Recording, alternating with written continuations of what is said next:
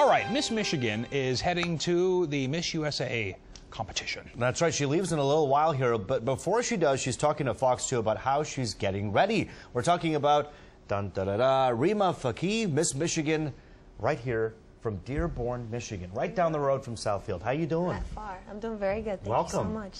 I was just asking if you're used to getting up this early in the morning. But you say since she became Miss Michigan, it's there are no weekends for me. No. Right. I can't say thank God for Friday. I could just say, oh my God, I still got to wake up early. Your crown is so sparkly. It's such a sparkly crown. So let me ask you a question. So the Miss USA pageant is a little different than other pageants because you don't have to do a talent, right? You just have to, you do evening gown and swimwear, right? Well, not to say she doesn't have talent. Oh, I'm sure you have talent. I'm sure you have talent. Multi-talented. Okay. Right. I think my talent would probably be stand-up comedy, maybe. If I can do a little stand-up. We can get you over at Mark Well, I can't sing, and I do a lot of dancing, but I don't know about performing it in front of millions of people. But we start off with the opening number, and then we go on to doing bathing suit, then evening gown. Okay. However, when people watch us live on May 16, they don't know that the top 15 is already chosen from the preliminary shows. Oh, I see. Miss USA is the one that continues on to go to Miss Universe. So yeah. That is huge. Bring home the crown. You know? That is huge. Now, when you look at, I don't know whether or not you grew up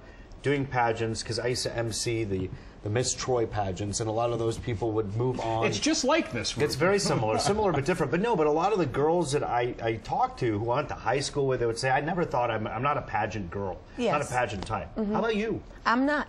Really? I'm not a pageant type. Matter of fact, actually, I was growing up a tomboy. My mom was the one that always wanted me to be a cheerleader, or was like, come on, Rima, how about gymnastics? You know, and my dad was like, if you have a daughter that's an MVP in volleyball and basketball and softball and plays football with boys on the weekend. Wow. So honestly, I got into pageants more for the scholarship opportunity because I did double major and I had to pay a lot for school loans, so I thought it would be a great opportunity to do a pageant. My first one was in actually 2005, and then I did 2 more in 08, and Miss Michigan was my 3rd one and my lucky one. All right, so when pageant world wraps up, what would you like to do as your career? Honestly, my plan was I graduated in the winter of 2008, and that's when I applied for Miss Michigan. But I was continuing on to law school. When I won my crown, not that I didn't have faith in myself or anything, I did. Good for you. But I postponed law school for after Miss USA. Right. Okay. Let me ask you this. Okay, so when you get up on stage and there's all those people, you mentioned millions. You know, you hear the word millions, and if you're not used to doing this, and you're, you know, a kid growing up in Dearborn, boom, into the spotlight, right? And the whole nation's watching.